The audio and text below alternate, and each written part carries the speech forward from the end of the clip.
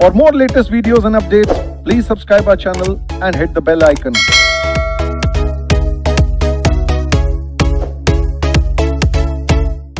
Hello बच्चों, कैसे आप सब? आई होप आप सब बहुत अच्छे होंगे। मैं बता दूं, मैं भी बहुत बढ़िया बच्चों।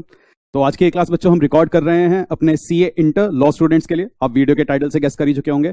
और आज की इस क्लास में बच्चों हम क्या रिकॉर्ड करने वाले हैं? We are going to record the CA inter law की अमेंडमेंट क्लास फॉर मई 2022। तो मई 2022 की हम अमेंडमेंट क्लास बच्चों रिकॉर्ड करने वाले हैं।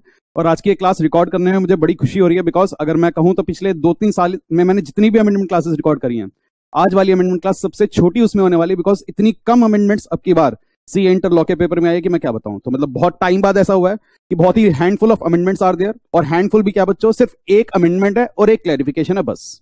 तो आपके पूरे सी इंटर के कॉर्पोरेट एंड अदर लॉ के सिलेबस में सिर्फ एक अमेंडमेंट आई है और एक छोटी सी क्लैरिफिकेशन एमसीए ने अपनी तरफ से दी है। तो बस ये दो बातें हमें देखनी है और आज की क्लास ओवर हो जाएगी।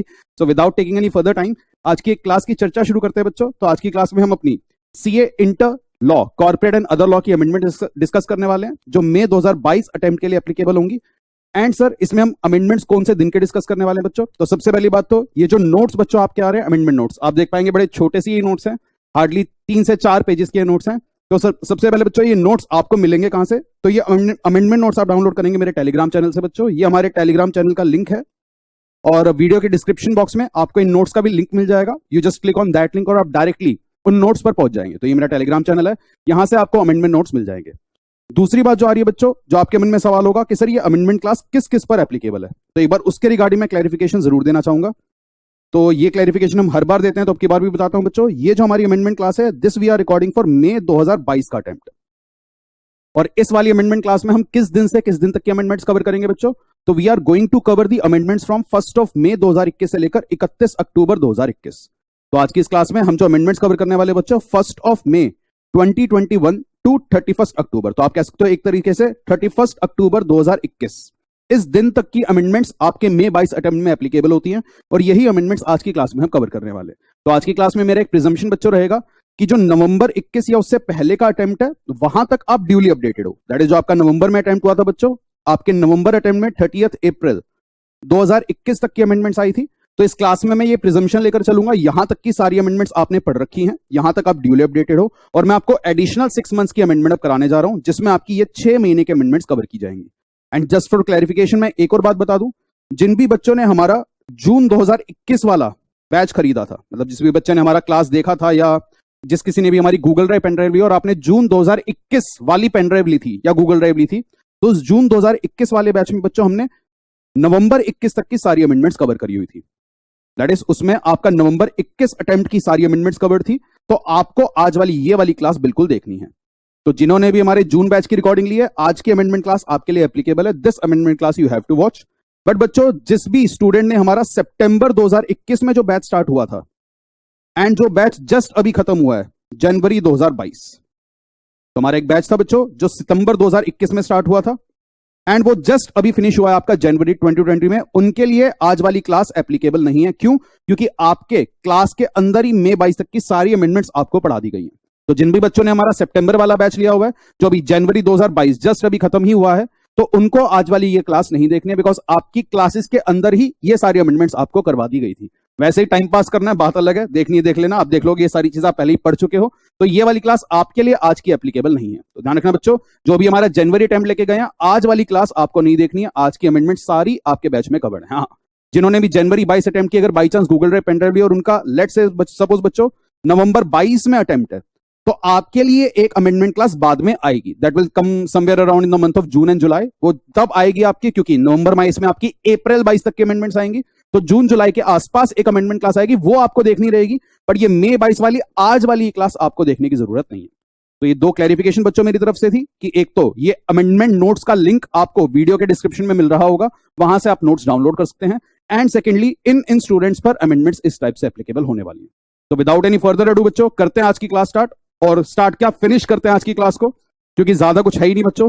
तो आते हैं सबसे पहली अमेंडमेंट पर। तो सबसे पहली बात तो बच्चों, आपके अदर लॉ के तो किसी भी टॉपिक में अमेंडमेंट है ही नहीं। तो चाहे आपका कॉन्ट्रैक्ट हो, नेगोशिएबल हो या जनरल क्लॉजेस इंटरप्रिटेशन, उनमें कोई अमेंडमेंट्स नहीं है।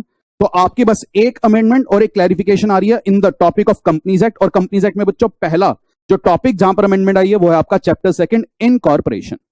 तो तो incorporation of the company and matters incidental thereto बच्चों, जो चैप्टर आपका सेक्शन 3 से स्टार्ट होकर सेक्शन 22 तक जाता है। तो इसमें एक अमेंडमेंट आई है इन सेक्शन नंबर 16। अब वो अमेंडमेंट एग्जैक्टली है क्या, तो पहले मैं आपको पुराना सेक्शन 16 दिखा रहा हूं, उससे आप जल्दी से अमेंडमेंट समझ जाओगे। तो बच्चों आपका सेक्शन 16 आता था कंपनीज एक्ट में, जो किस चीज से डील करता था, रेक्टिफिकेशन ऑफ नेम। कि आज अगर कंपनीज एक्ट में बच्चों कोई कंपनी इनकॉर्पोरेट हुई है और वो सपोज किसी ऐसे नाम से इनकॉर्पोरेट हो जाए जिस नाम से उसे इनकॉर्पोरेट नहीं होना चाहिए था, दैट इज आज लापरवाही या किसी और कारणवश एक कंपनी किसी ऐसे नाम से इनकॉर्पोरेट हो गई है जो नाम उसको नहीं मिलना चाहिए था, शायद वो नेम अनडिजायरेबल था या व्हाटएवर बी द रीजन, उस नेम से कंपनी को इनकॉर्पोरेट नहीं होना चाहिए था। तो सेक्शन 16 में पार्लियामेंट ने सेंट्रल गवर्नमेंट को पावर दे रखी है कि सेंट्रल गवर्नमेंट कंपनी को बोलकर कंपनी का नाम रेक्टिफाई करवा सकता है, और अगर सेंट्रल गवर्नमेंट ने कंपनी को कहा तो कंपनी को अपना नाम रेक्टिफाई करना ही पड़ेगा। एडिशनली बच्चों हमने क्या सीखा था कि इस सेक्शन की पावर सेंट्रल गवर्नमेंट ने डेलीगेट कर रखी है रीजनल डायरेक्टर को। तो इस सेक्शन में जो पावर है वैसे तो सीजी की है, पर सेंट्रल गवर्नमेंट ने पावर डेलीगेट कर रखी है आरडी को। तो प्रैक्टिकली सेंट्रल गवर्नमेंट के बिहाफ पर आरडी कंपनीज को कहता है चलिए कंपनी आप अपना नाम चेंज करिए। तो यहां पर बच्चों आता था आपका एक सब सेक्शन 1, और इसमें आते थे दो क्लॉजेस ए एंड बी। और क्लॉज ए में हम क्या कहते थे कि सेंट्रल गवर्नमेंट सुओ मोटो किसी भी कंपनी को अपना नाम चेंज करने के लिए बोल सकता है। मतलब सेंट्रल गवर्नमेंट के पास कोई कंप्लेन वगैरह नहीं आई है, सेंट्रल गवर्नमेंट अपने आप कह रहे हैं कंपनी आप अपना नाम बदलिए, मतलब सेंट्रल गवर्नमेंट को खुद से लगा कि ये कंपनी एक गलत नाम से इनकॉर्पोरेट हुई है। तो सेंट्रल गवर्नमेंट अगर बच्चों सुओ मोटो एक कंपनी को नाम चेंज करने के लिए बोलता है तो क्या कंपनी के लिए नाम चेंज करना मैंडेटरी होता है? The answer is yes. और उस केस में कंपनी को नाम चेंज करने के लिए बच्चों मिलते थे 3 मंथ्स, और कंपनी एक ओआर पास करके अपना नाम चेंज करती थी। ये बात तो पहले भी सेम थी, अब भी सेम है। पर बच्चों यहां पर आता था एक क्लॉज बी, और वो क्या कहता था बच्चों कि आज कोई registered proprietor of a trademark अगर है और उस ट्रेडमार्क के नाम से आज आपने कोई कंपनी इंकॉर्पोरेट कर दी, तो वो registered proprietor of a trademark central government के पास जाकर एक कंप्लेन फाइल कर सकता है। यहां पर हमने एक एग्जांपल लिया था शायद पेटीएम का, कि जैसे पेटीएम की कंपनी का नाम बच्चों है 197 कम्युनिकेशंस लिमिटेड, पर पेटीएम उनका ब्रांड नेम है। तो आज अगर हम पेटीएम लिमिटेड के नाम से कंपनी खोल दें तो हमने किसी और का जो ट्रेडमार्क और ब्रांड नेम था उस नेम से कंपनी ओपन कर दी। तो जी जो ये registered proprietor of a trademark है, ये अपनी कंप्लेन लेकर जाते थे सेंट्रल गवर्नमेंट के पास। इन्हें कंप्लेन लेकर सीजी के पास कितने टाइम में जाना होता था? With in 3 years, that is जितने भी टाइम में वो कंपनी इनकॉर्पोरेट हुई है उसके अगले 3 साल में आप सेंट्रल गवर्नमेंट के पास कंप्लेन लेकर के जाते थे। फिर सेंट्रल गवर्नमेंट उनकी कंप्लेन पर कंपनी को बोलता था कि कंपनी आप अपना नाम चेंज करिए, आप पेटीएम लिमिटेड नाम नहीं रख सकते बिकॉज पेटीएम किसी और का ट्रेडमार्क है। तो इस केस में भी बच्चों कंपनी को अपना नाम बदलना पड़ता था बाय पासिंग ओवर, पर यहां पर कंपनी को मिलते थे 6 महीने। तो हमारी पार्लियामेंट कह रही है भाई हमारे बच्चों को ये 2 अलग अलग टाइम लिमिट्स याद करने में बड़ी दिक्कत हो रही है कि ऊपर 3 महीने नीचे 6 महीने, चलो हमारे बच्चों का काम आसान कर देते हैं। और उन्होंने अब जो ये क्लॉज बी में बच्चों 6 मंथ्स आ रहे हैं, इसे कट करके क्या कर दिया है 3 मंथ्स। तो यहां एक अमेंडमेंट आई, और अब इस केस में भी कंपनी को अपना नाम चेंज करने के लिए मिलेंगे 3 महीने। तो आपके लिए काम बड़ा आसान हो गया है बच्चों कि दोनों ही केसेस में जहां सेंट्रल गवर्नमेंट सुओ मोटो बोले या किसी की कंप्लेन पर बोले, कंपनी को नाम चेंज करना पड़ेगा with in a period of 3 months. उसके बाद ये सब सेक्शन 2 आता था, ये तो आपका सेम था। और एक और काम जो आपका आसान हो गया बच्चों, ये जो सब सेक्शन 3 यहां से आ रहा है, यहां से ये पेनल्टी हो गई है डिलीट। तो जहां यहां पे फाइन के प्रावधान थे बच्चों, ये फाइन यहां से हो गया रिमूव, और इसकी जगह एक नया सब सेक्शन हो गया है सब्सटीट्यूट। दैट इज ये जो सबसेक्शन 3 का फाइन था ये तो यहां से हट गया है, और इसकी जगह एक नया सबसेक्शन आ गया है। क्या सर यहां पे फाइन चेंज हुआ है? नहीं बच्चों, फाइन चेंज नहीं हुआ। तो सर क्या इसका ये मतलब है कि आज के बाद अगर हम सेंट्रल गवर्नमेंट के कहने पे नाम नहीं चेंज कर रहे तो हम पर फाइन नहीं लगेगा? ध्यान रखना बच्चों, तब भी लग जाएगा, क्योंकि मैंने आपको बताया था कंपनीज एक्ट में एक सेक्शन होता है 450 जो डील करता है रेजिडरी पेनल्टी से, तो वो आप पर आज भी अप्लाई कर सकता है। पर सबसेक्शन 3 का ये फाइन हटाकर हमने अब यहां पर क्या लिख दिया है, आ जाते बच्चे अपने अमेंडमेंट नोट्स पे। तो पहली अमेंडमेंट तो बच्चों यही आई कि सेक्शन 16 के सबसेक्शन 1 क्लॉज बी में 6 महीने की जगह आप क्या कर लेना 3 मंथ्स। एंड दूसरी अमेंडमेंट क्या आई बच्चों कि ये जो सबसेक्शन 3 आ रहा है जिसमें फाइन के प्रावधान थे, इसे पूरी तरीके से कर दिया गया है सब्स्टिट्यूट। और यहां पर पार्लियामेंट ने एक नई बात क्या लिख दी कि if a company is in default in complying with any direction given under subsection 1, कि भाई सबसेक्शन 1 के क्लॉज ए या बी में सेंट्रल गवर्नमेंट ने कहा कंपनी आप नाम बदलिए, और सेंट्रल गवर्नमेंट के कहने पर कंपनी ने 3 महीने में नाम बदला ही नहीं, तो अब क्या होगा बच्चों? तो ऐसे केस में central government shall allot a new name to the company in such manner as may be prescribed, and the registrar shall enter the new name in the register of companies in place of the old name and issue a certificate of incorporation with the new name which the company shall be used thereafter.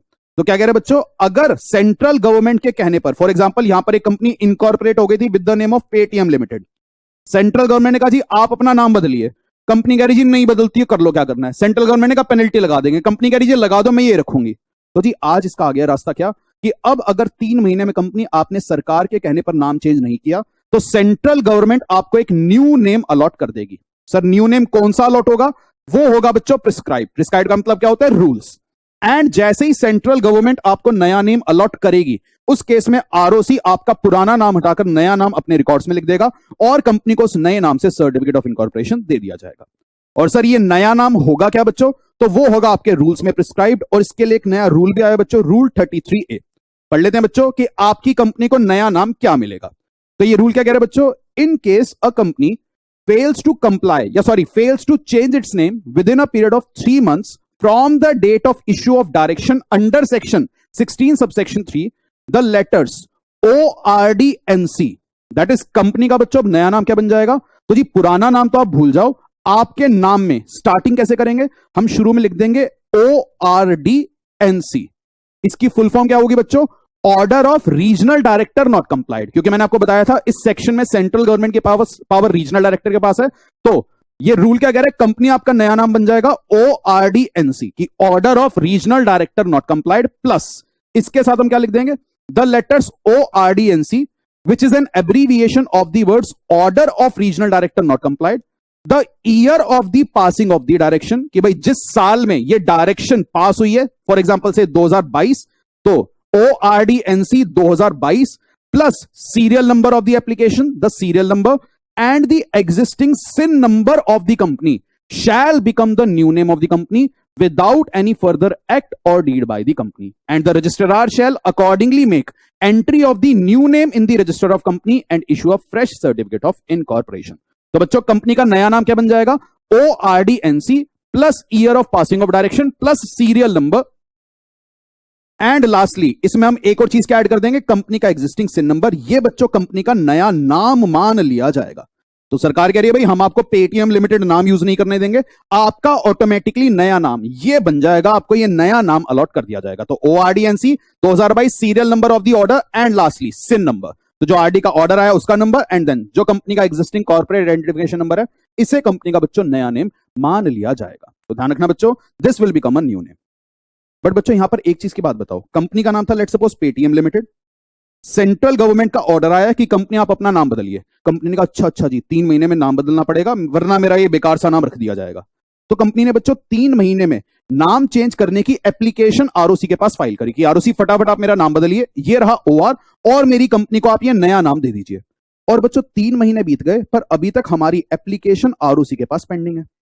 मतलब हमने नाम change करने की application ROC को दे दी है पर ROC के पास हमारी एप्लीकेशन अभी पेंडिंग है। तो बताइए बच्चों क्या ऐसे केस में भी मेरी कंपनी को क्या ये बेकार सा नाम मिलना चाहिए? ऑब्वियसली नॉट, क्योंकि मैं लॉ कंप्लाई करना चाह रहा हूं, मैं उनका ऑर्डर कंप्लाई करना चाह रहा हूं और उसको कंप्लाई करने के लिए मैंने चेंज ऑफ नेम की एप्लीकेशन फाइल भी कर दी थी, पर मेरी एप्लीकेशन अभी आरओसी के पास पेंडिंग है। तो ऐसे केस में लोग क्या कह रहे हैं भाई, अगर आपकी एप्लीकेशन पेंडिंग है तो उस केस में ऑब्वियसली आपकी कंपनी को यह नया नाम नहीं दिया जाएगा।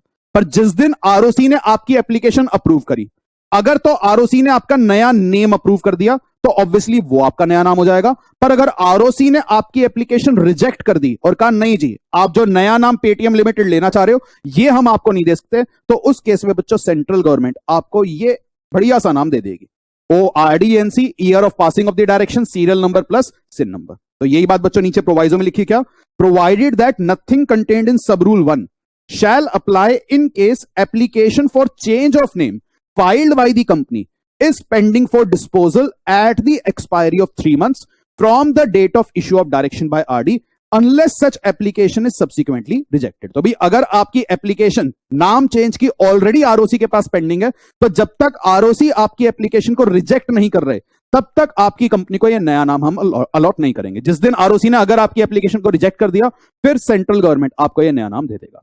एंड सर सवाल उठा कि अगर हमारी कंपनी को ये नया सा नाम मिल गया ORDNC 2022 सीरियल नंबर से, तो क्या आप जिंदगी भर यही मेरी कंपनी का नाम रहेगा?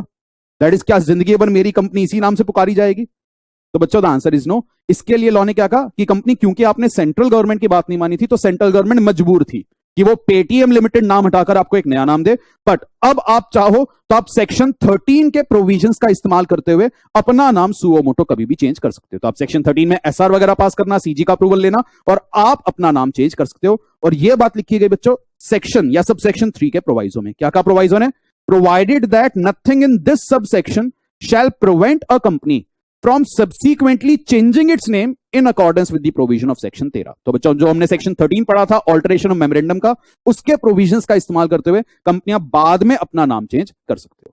तो this is all about the amendment बच्चों। तो एक छोटी सी अमेंडमेंट आई कि अब सेंट्रल गवर्नमेंट अगर किसी registered proprietor of a trademark के कहने पर आपको नाम चेंज करने के लिए बोलेगी, उसके लिए आपको बच्चों मिलेंगे सिर्फ 3 मंथ्स। और अगर आपने 3 महीने में नाम चेंज नहीं किया तो आपकी कंपनी को यह नाम मिल जाएगा, order of regional director not complied, year of passing of direction, serial number and lastly CIN number. ये आपकी कंपनी का नया नाम हो जाएगा। बट ऑब्वियसली अगर आपने नाम चेंज करने की एप्लीकेशन फाइल कर रखी थी तो जब तक वो एप्लीकेशन रिजेक्ट नहीं हो रही तब तक हम आपको ये नया नाम नहीं देंगे। और अगर आपकी कंपनी को ये नया नाम मिल गया, डोंट वरी, आप सेक्शन 13 में चेंज ऑफ नेम की एप्लीकेशन फाइल करके वैसे ही नया नाम ले सकते हैं। तो दिस इज ऑल अबाउट बच्चों आपकी फर्स्ट अमेंडमेंट।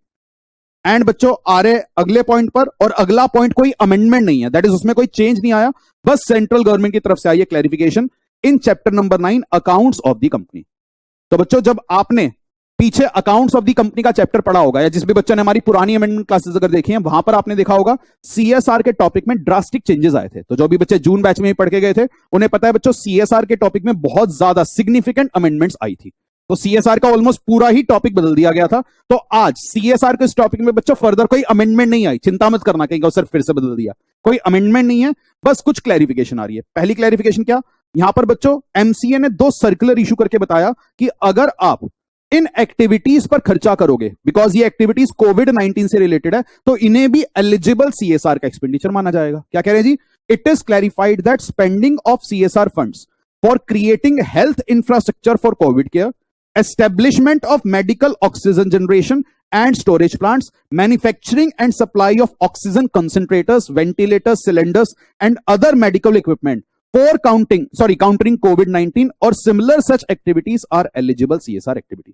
तो बच्चों ये जो सर्कुलर आया था ये एमसीए लेकर के आया था, और उसके तहत एमसीए ने क्या कहा, जब बच्चों हमारा देश सेकंड वेव से ग्रस्त था, तो अप्रैल के बाद भी सेकंड वेव आ रही थी, तब एमसीए ने कहा जी आज अगर कोई कंपनी कोविड केयर का हेल्थ इंफ्रास्ट्रक्चर डेवलप कर रही है, या ऑक्सीजन जनरेशन प्लांट्स या स्टोरेज प्लांट्स बना रही है, वेंटिलेटर्स बना रही है, ऑक्सीजन कंसंट्रेटर्स पे खर्चा कर रही है, ऑक्सीजन सिलेंडर्स पे खर्चा कर रही है, तो इस समय देश को इन चीजों की सबसे ज्यादा जरूरत है, इसलिए इसको एक एलिजिबल सीएसआर के एक्सपेंडिचर में कवर कर दिया गया। एंड आगे क्या बोला गया भाई, एक और सर्कुलर आया और उसमें एमसीए ने क्या कहा, spending CSR funds for covid vaccination for persons other than employees and their families is an eligible CSR activity. कि भाई अगर कंपनी आज आप कोविड-19 का वैक्सीनेशन प्रोग्राम चलाते हो और अगर वो प्रोग्राम आपने बस अपने एम्प्लॉय और फैमिलीज के चलाया, फिर तो वो सीएसआर एक्सपेंडिचर नहीं है, बिकॉज वो तो रूल्स में भी लिखा था कि अगर आप कोई खर्चा सिर्फ एम्प्लॉय और उनकी फैमिलीज के लिए करते हो तो वो एलिजिबल सीएसआर नहीं होता। पर अगर आपने वैक्सीनेशन का खर्चा एम्प्लॉइज या उनकी फैमिलीज के अलावा किसी के ऊपर किया और उनका फ्री वैक्सीन लगवा रहे हो अपने खर्चे पर, तो उसे हम एलिजिबल सीएसआर का एक्सपेंडिचर मान लेंगे। तो बस ये 2 क्लैरिफिकेशन आई बच्चों एमसीए की तरफ से। चलिए तो यही हमारी बच्चों अमेंडमेंट्स है। एक तो हमारी सेक्शन 16 में अमेंडमेंट आई, दूसरा हमारा बस एक सर्कुलर के थ्रू क्लैरिफिकेशन लाया गया। इसके बाद बच्चों आप देखोगे आपका जो अमेंडमेंट नोट्स है वो यहां पर खत्म नहीं हुए। आपके अमेंडमेंट नोट्स में जो आगे आ रहे हैं वो आ रहे हैं कुछ एफएक्यूज ऑन सीएसआर। तो बच्चों अगर आपको पता हो तो सीएसआर के कुछ एफएक्यूज, फ्रीक्वेंटली आस्क्ड क्वेश्चंस, पहले भी एमसीए लेकर के आया था, पर आज के दिन में वो पुराने वाले एफएक्यूज हो चुके हैं खराब, और उसकी जगह स्क्रैप करके नए सेट ऑफ एफएक्यूज एमसीए लेकर के आया है। Because over a period of time CSR के टॉपिक में बहुत सारी अमेंडमेंट्स आई, तो लोगों ने कई सारे सवाल एमसीए से पूछे, तो जो फ्रीक्वेंटली आस्क्ड क्वेश्चंस थे उन पर एमसीए क्लैरिफिकेशन लेकर के आया है। तो आई डोंट थिंक बच्चों की ये एफएक्यूज आपके सिलेबस में कवर किए जाएंगे, क्योंकि अभी तक आरटीपी नहीं आई है, तो मुझे नहीं लग रहा कि एफएक्यूज को कवर किया जाएगा। फिर भी इन एफएक्यूज में ऐसी कोई बहुत अलग सी बात नहीं है, जो लॉ में लिखा है उन्हीं बातों को बस क्लैरिफाई किया जा रहा है। तो इनकी मेन बातें हम पढ़ लेते हैं, क्योंकि अदर वे अराउंड अगर ये आप एफएक्यूज पूरे निकाल करके पढ़ोगे तो लगभग ये 22 पेजेस के हैं। तो ऑब्वियसली 22 पेजेस के सारे एफएक्यूज तो आपके सिलेबस में नहीं है। तो मैंने क्या किया बच्चों, उनमें से जो जो एफएक्यूज मुझे इंपॉर्टेंट लग रहे हैं और मुझे लग रहा है उनमें से क्वेश्चन बन सकता है, वो वाले एफएक्यूज मैंने आपके अमेंडमेंट नोट्स में दे दिए। ठीक, तो मैंने आपको सारे के सारे एफएक्यूज नहीं दिए, मैंने जो 22 पेजेस के एफएक्यूज में जो मेरे को सबसे क्रूशियल मंस लगे कि जिन पर शायद अगर इंस्टीट्यूट का क्वेश्चन बनाने का मन किया तो इंस्टीट्यूट सवाल बना सकता है, वो मैंने यहां पर आपको प्रोवाइड किए हैं। और उसमें भी मैंने कुछ एफएक्यूज रेड में हाईलाइट किए कि भाई अगर आप थोड़ा ज्यादा ही सिलेक्टिव होना चाह रहे हो और आप ये टॉपिक छोड़ना चाह रहे हो तो एटलीस्ट ये रेड हाईलाइटेड एफएक्यू जरूर पढ़ लेना। ठीक, बाकी आप पढ़ो ना पढ़ो तो ये रेड हाईलाइटेड जरूर पढ़ लेना। तो बच्चों एक एफएक्यूज भी एक बार फटाफट डिस्कस कर लेते हैं, कुछ frequently asked question on CSR. पहला क्वेश्चन कह रहे भाई कि आज अगर बच्चों रिलायंस के ऊपर सीएसआर का सेक्शन लग रहा है तो रिलायंस की जितनी भी सब्सिडरीज हैं या रिलायंस की जो होल्डिंग कंपनी है उन पर ऑटोमेटिकली सीएसआर का सेक्शन लग जाएगा, या उन पर सीएसआर का सेक्शन सिर्फ तभी लगेगा जब वो टर्नओवर, नेट प्रॉफिट या नेटवर्थ का क्राइटेरिया पूरा करते हो। तो ध्यान रखना बच्चों, होल्डिंग एंड सब्सिडरी पर ऑटोमेटिकली सीएसआर का सेक्शन नहीं लगता। हर कंपनी के लिए आप वो नेटवर्थ, टर्नओवर, नेट प्रॉफिट का क्राइटेरिया अलग से चेक करोगे। यही बात बोली कि भाई no the compliance with CSR requirements is specific to each company. A holding और subsidiary of a company is not required to comply with the CSR provision unless the holding or subsidiary itself fulfills the eligibility criteria under section 135 subsection 1। तो अगर एक company पर CSR लगता है, ध्यान रखना उसकी वजह से ये नहीं है कि उसकी सब्सिडरी होल्डिंग पर ऑटोमेटिकली सीएसआर लग जाएगा। हर कंपनी के लिए आपको सेक्शन 135 सबसेक्शन 1 का क्राइटेरिया अलग अलग चेक करना पड़ेगा। वो 500 करोड़, 1000 करोड़, 5 करोड़ की लिमिट आप अलग अलग चेक करेंगे। पहली क्लैरिफिकेशन। दूसरा पॉइंट क्या कह रहे हैं भाई, क्या सीएसआर का सेक्शन बच्चों एक सेक्शन 8 कंपनी पर लगेगा या नहीं? तो आप कहोगे सर सेक्शन 8 कंपनी पर कैसे लगेगा, बिकॉज सीएसआर में तो हमें 2% ऑफ द नेट प्रॉफिट्स का खर्चा करना होता है। पर बच्चों क्या सेक्शन 8 कंपनी में भी प्रॉफिट्स आ सकते हैं? यस, बस वो प्रॉफिट्स को डिविडेंड में नहीं बांट सकती। पर क्या नेट प्रॉफिट आज एक सेक्शन 8 कंपनी में भी हो सकते हैं? बिल्कुल हो सकते हैं। तो अगर एक सेक्शन 8 कंपनी में बच्चों सीएसआर का क्राइटेरिया फिट हो गया और वो प्रॉफिट्स कमा रही है तो क्या उसे सीएसआर पे खर्चा करना पड़ेगा? The answer is yes. तो ध्यान रखना सेक्शन 8 कंपनी के लिए कोई एग्जम्पशन नहीं है यहाँ पे। सेक्शन 8 कंपनी पर अगर सीएसआर का सेक्शन लग रहा है उसे भी सीएसआर का सेक्शन कंप्लाई करना पड़ता है। दूसरी क्लैरिफिकेशन आगे आते हैं बच्चों तीसरे एफएक्यू पर। ये क्या कह रहे हैं, what is the role of government in the approval and implementation of CSR programs और प्रोजेक्ट्स ऑफ अ कंपनी। कि भाई आज अगर एक कंपनी सीएसआर का कोई प्रोजेक्ट या प्रोग्राम बना रही है, वो कह रही जी शेड्यूल 7 के ये खर्चे हम करेंगे, ये हमारी सीएसआर पॉलिसी होगी, तो इस प्रोजेक्ट की इंप्लीमेंटेशन या अप्रूवल में सरकार का क्या रोल है? तो ध्यान रखना बच्चों, इस प्रोजेक्ट की अप्रूवल में सरकार का कोई रोल नहीं होता। ये तो एक बोर्ड ड्रिवन प्रोसेस है, बोर्ड ऑफ डायरेक्टर्स मिलकर डिसीजन लेते हैं with the help of CSR committee. तो यहां पर गवर्नमेंट का कोई डायरेक्ट रोल नहीं है इन दी अप्रूवल या इंप्लीमेंटेशन ऑफ सीएसआर प्रोग्राम्स। तो ध्यान रखना बच्चों कि किसी भी कंपनी के सीएसआर प्रोजेक्ट पॉलिसी को अप्रूव करने में गवर्नमेंट का कोई डायरेक्ट रोल नहीं आता। ये क्लैरिफिकेशन आई। चलिए अगला क्वेश्चन क्या कह रहे हैं, how is average net profit calculated for the purpose of section 135 and whether profit before tax और profit after tax is used for the computation. तो क्वेश्चन पूछ रहा है बच्चों कि सेक्शन 135 में जो वर्ड नेट प्रॉफिट आता है वो नेट प्रॉफिट कौन से नेट प्रॉफिट है, उन्हें कैसे कैलकुलेट करना है, और वो नेट प्रॉफिट बिफोर टैक्स होते हैं या नेट प्रॉफिट आफ्टर टैक्स। तो बच्चों मैंने आपको बताया था कि सीएसआर के सेक्शन में जो वर्ड नेट प्रॉफिट इस्तेमाल किया गया है वो नेट प्रॉफिट का मतलब क्या है, net profit computed as per section 198 of the companies act. और सेक्शन 198 बच्चों आप अकाउंट्स के पेपर में पढ़ते हो जहां पर आप डायरेक्टर्स की रेम्यूनरेशन निकालना सीखते हो, बिकॉज सेक्शन 198 में नेट प्रॉफिट्स को कंप्यूट करने का एक फॉर्मूला होता है। तो जब आप डायरेक्टर्स की रेम्यूनरेशन निकालना सीखते हो वही फॉर्मूला सीएसआर के सेक्शन पर भी अप्लाई करता है। तो 198 वाले नेट प्रॉफिट्स को सीएसआर के सेक्शन में नेट प्रॉफिट माना जाता है। ऑब्वियसली इसमें अगर आपने फॉरेन ब्रांचेस से कोई पैसा कमाया वो हटा देंगे, किसी और सीएसआर पेइंग कंपनी से डिविडेंड आया वो हटा देंगे, तो वो एडजस्टमेंट्स हम करते थे। और ध्यान रखना बच्चों सेक्शन 198 के नेट प्रॉफिट्स कौन से नेट प्रॉफिट होते हैं, प्रॉफिट बिफोर टैक्स। तो इसलिए सीएसआर में जब हम नेट प्रॉफिट्स पिक करते हैं, ध्यान रखना बच्चों वो कौन से प्रॉफिट्स होते हैं आपके, प्रॉफिट्स बिफोर टैक्सेशन। चलिए तो it is profit before tax. ये क्लैरिफिकेशन आई। अगली क्लैरिफिकेशन आ रही जी, what is the meaning of administrative overheads, what is the maximum permissible limits for administrative overheads. तो बच्चों जब आपने सीएसआर के रूल्स पढ़े थे वहां पर एक पॉइंट आया था कि एक साल में कंपनी को जितना भी खर्चा सीएसआर पे करना है, फॉर एग्जांपल एक कंपनी को इस साल सीएसआर पे 1 करोड़ का खर्चा करना है, कंपनी ने अपने पिछले 3 सालों के नेट प्रॉफिट्स का एवरेज करके 2% निकाला और वो 1 करोड़ आया।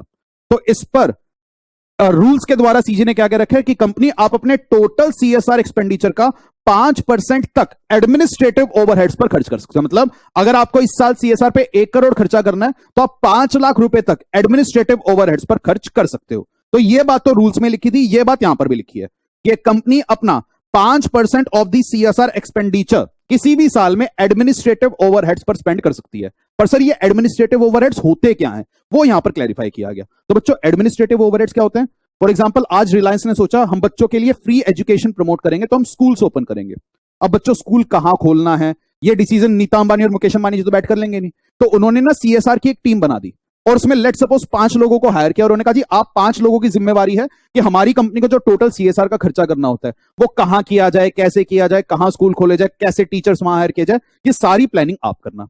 तो बच्चों ये जो एम्प्लॉय हमने सीएसआर के प्रोजेक्ट की इंप्लीमेंटेशन के लिए हायर किए, तो बच्चों ये एम्प्लॉइज का जो खर्चा क्या ये भी एक सीएसआर का खर्चे में आना चाहिए? Answer is yes. तो लॉ कहता है जी इन्हीं खर्चों को हम एडमिनिस्ट्रेटिव ओवरहेड्स मानते हैं और ये खर्चा आप कर सकते हो 5% of the total CSR expenditure. तो ध्यान रखना बच्चों, जो स्कूल में हम टीचर हायर करेंगे और जो टीचर पढ़ाएगा क्या वो एडमिनिस्ट्रेटिव ओवरहेड्स होगा? नहीं, वो तो एक डायरेक्ट सीएसआर का खर्चा है। वही बात यहां पर लिखी है, पढ़ लेते हैं। तो ये पॉइंट कह रहे हैं बच्चों, administrative overheads are the expenses incurred by the company for general management and administration of CSR functions. However, the expenses which are directly incurred for designing, implementing, monitoring, and evaluation of CSR projects or program shall not be included. Administrative overheads generally comprise of items such as employee cost, utilities, office supply, legal expenses, etc. However, expenses which are attributed to project implementation shall be included in project cost only. For example, salary and training for the employees working in the CSR division of a company, stationery cost, traveling expenses, etc. may be categorized as administrative overheads. तो बच्चों जो हमने 5 employ higher किए हैं जो CSR division में काम कर रहे हैं, उनकी सैलरी, आने जाने का खर्चा, स्टेशनरी कॉस्ट एक्सेट्रा, ये सब तो एडमिनिस्ट्रेटिव ओवरहेड्स में आ जाएगा। However, salary of school teacher, other staff, etc. for education related CSR project shall be covered in the project cost. तो ध्यान रखना वो एडमिनिस्ट्रेटिव ओवरहेड नहीं है, वो तो प्रोजेक्ट कॉस्ट में ही आपका काउंट हो जाएगा। तो ये क्लैरिफिकेशन एमसीए ने दी। तो ये बच्चों कोई अमेंडमेंट्स नहीं है, बस क्लैरिफिकेशन एमसीए दे रहा है। आ जाते हैं अगले एफएक्यू पर। ये कह रहे हैं जी whether contribution to the corpus of an entity is an admissible CSR expenditure. तो बच्चों जब आपने सीएसआर के रूल्स पढ़े थे वहां पर एक पॉइंट आया था, फॉर एग्जांपल बच्चों आज टाटा मोटर्स को सीएसआर का खर्चा करना है, तो टाटा मोटर्स आप सीएसआर का खर्चा या तो डायरेक्टली कर सकते हो या आप कोई सेक्शन 8 कंपनी या ट्रस्ट सोसाइटी ओपन करके भी खर्चा कर सकते हो। तो सपोज बच्चों टाटा मोटर्स ने सोचा कि मैं गाड़ी बनाने में बिजी हूं, तो मैं एक सेक्शन 8 कंपनी ओपन कर देता हूं और वो कंपनी मेरे बिहाफ पर सीएसआर का खर्चा करेगी, मैं उसे पैसा दे दूंगा, वो आगे खर्चा करेगी। तो आज बच्चों जब ये कंपनी इनकॉर्पोरेट हुई तो इस कंपनी में कुछ ना कुछ कैपिटल इन्फ्यूज करनी पड़ी होगी। तो सपोज बच्चों टाटा मोटर्स ने इस कंपनी में 10 लाख रुपए की कैपिटल इन्फ्यूज करी और ये कंपनी इनकॉर्पोरेट करी। तो सवाल उठा बच्चों कि टाटा मोटर्स ने जो इस कंपनी में 10 लाख रुपए का कॉर्पस या कैपिटल का अमाउंट कंट्रीब्यूट किया, क्या ये 10 लाख रुपए टाटा मोटर्स के लिए सीएसआर एक्सपेंडिचर हो जाएगा? The answer is no. ये कॉर्पस कंट्रीब्यूशन बच्चों सीएसआर एक्सपेंडिचर नहीं है। बाद में टाटा मोटर्स इस सेक्शन 8 कंपनी को जो भी पैसा देगा सीएसआर का खर्चा करने के लिए वो एलिजिबल एक्सपेंडिचर है, पर ये कॉर्पस में आपने जो डोनेशन दिया है ये सीएसआर का एलिजिबल एक्सपेंडिचर नहीं होता। चलिए आ जाते हैं बच्चों अगले एफएक्यू पर। अगला क्वेश्चन क्या कह रहा है? Just give me a second. हाँ जी, whether expenses related to transfer of capital asset as provided under rule 7 sub rule 4 of company CSR policy rule will qualify as an admissible CSR expenditure। तो for example बच्चों आज रिलायंस ने free education को promote करने के लिए और CSR का खर्चा करने के लिए एक स्कूल की बिल्डिंग खरीदी, तो उन्होंने एक लैंड एंड बिल्डिंग खरीदा। अब बच्चों जब हम कोई भी इस टाइप का कैपिटल एसेट खरीदते तो हमारे देश में जनरली उस पर स्टैंप ड्यूटी लगती है। तो लेट से रिलायंस ने 50 करोड़ का लैंड एंड बिल्डिंग खरीदा और उस पर लेट से 2 करोड़ रुपए की स्टैंप ड्यूटी पे करी।